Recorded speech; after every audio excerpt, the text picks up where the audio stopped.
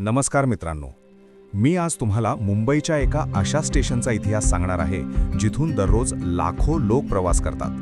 Goregaon railway station. आज तुम्ही जे आधुनिक स्टेशन पाहता त्याची सुरुवात झाली होती तब्बल 1862 साली. त्या काळात मुंबई खूपच लहान होती आणि गोरेगाव परिसरात झाडी, टेकड्या आणि लहान गावे होती. तेव्हा या भागाला लोक पहाडी किंवा पारे या नावाने ओळखत असत. तेव्हा गोरेगाव स्टेशन हे बोरीवली आणि ग्रांट रोड दरम्यानच्या मोजक्या स्टेशनपैकी एक होतं. पुढे गुजरातमधील पारडी स्टेशनशी गोंधळ होऊ नये म्हणून या स्टेशनचं नाव बदलून गोरेगाव ठेवण्यात आलं. मुंबई जसजशी वाढत गेली तसतसं गोरेगावचं महत्त्वही वाढत गेलं. हळूहळू इथे लोकवस्ती वाढली, कारखाने आले, फिल्म इंडस्ट्री आली आणि गोरेगाव एक मोठं उपनगर बनलं.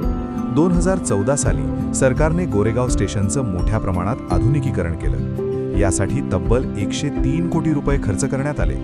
नवे प्लॅटफॉर्म, स्कायवॉक, वरून चालता येणारा एलिव्हेटेड डेक हे सगळं प्रवाशांच्या सोयीसाठी बनवण्यात आलं. पण गोरेगाव स्टेशनसाठी सगळ्यात मोठा बदल झाला मार्च 2018 मध्ये. त्या दिवशी हार्बर लाईन अंधेरीवरून थेट गोरेगावपर्यंत वाढवण्यात आली. यामुळे गोरेगाव हे मुंबईतलं एक असं स्टेशन बनलं जिथे वेस्टर्न आणि हार्बर दोन्ही लोकल येतात. याचा फायदा हजारो ऑफिस जाणाऱ्या प्रवाशांना झाला. आता पूर्वेकडून येणारे लोक थेट गोरेगावला उतरू शकतात. आज गोरेगाव स्टेशन फक्त रेल्वेचं ठिकाण नाही, ते film city, Aarey colony, IT park आणि मेट्रो लाईन 2A आणि 2B मुळे एक महत्त्वाचं जंक्शन बनलं आहे. दररोज लाखो लोक इथून मुंबईचं स्वप्न घेऊन जातात आणि परत येतात.